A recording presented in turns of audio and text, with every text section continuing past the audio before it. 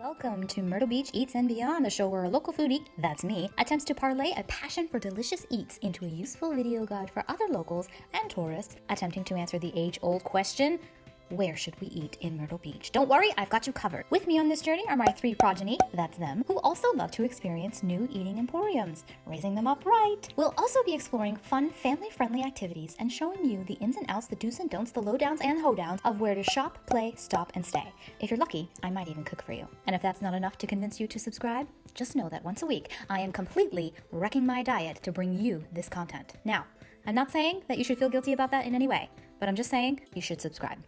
Hello friends, and welcome to our table. In our never-ending quest to find more local parks, I recently did another search for playgrounds on my phone's GPS, or as I like to call her, gal pal Suzette. It did happen to locate another nearby park, but since it only showed up as generic green space on my map, I had questions about what kind of park it was.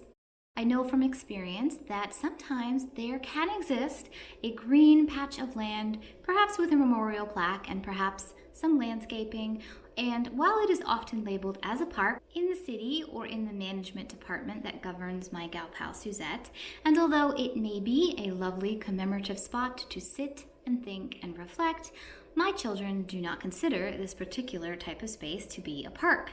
Therefore, they quickly become bored and will not allow me to sit and think for more than 60 to 90 seconds. So, seeking to answer my questions, I went to the computer for a closer look, and I could still see only green space on the aerial map, which indicated ball fields, but I wasn't sure if there would be any play structures. But I decided to just drive by and take a look. So, one Sunday morning when we were eager to take a break from homeschool and get out of the house, that's exactly what we did. Wachesaw, Wachesaw, Wachesaw, Wachesaw! That's what she saw. As soon as we drove by, I saw the brightly colored paint in the rear of the park, which signaled to me immediately that a play structure was present, and I was immediately stoked. As we drove in, we saw a big sports field, a basketball court, and my favorite feature in a park, tree cover over the kids area. There's a nice tree here for shade. I love that. I feel that I must note that this is a slightly older park in a slightly more urban area, and we did notice some graffiti art left behind by a local gang of thugs and criminals. I hear that they are also responsible for a recent rash of vandalism involving eggs and toilet paper. Honestly, the crime here is just outrageous. Nevertheless, we really enjoyed the swings and the monkey bars, still working on our stamina and our biceps, and the revolving tic-tac-toe game. I invented a new game whereby you spin the wheel and simply let it land wherever it may, so the game decides whether or not you win.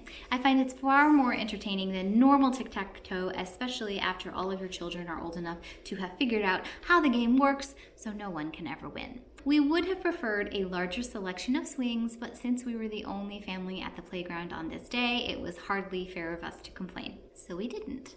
I particularly enjoyed the flowering trees soaring above my head on this early spring day, and I took some time to enjoy the beautiful pops of color that they brought to the area. A picnic area with an overhead covering and grill stations offered a spot to cook out and enjoy some snacks, and there are plenty of waste bins nearby for all of your trash. During our visit to this park, we noticed it seemed to be a very popular spot for dog owners to come and let their pups run. And we are not exactly dog people, but we certainly don't mind sharing the park with them as long as we don't have to share the swings with them. Wachesaw Park is located at 3950 Old Kings Highway in Murrells Inlet, South Carolina. It is just off Route 707, and it is located across the street from Tideland's Waccamaw Community Hospital. Thanks for watching, everyone. If this content is something you enjoy, we'd love your help to grow our little channel. By liking this video, leaving a comment below, and subscribing to the channel, it really helps us out, and it's completely free to you. With your help, YouTube will be able to recommend this content to more foodie folks so we can all share the love of good eats. See you again soon!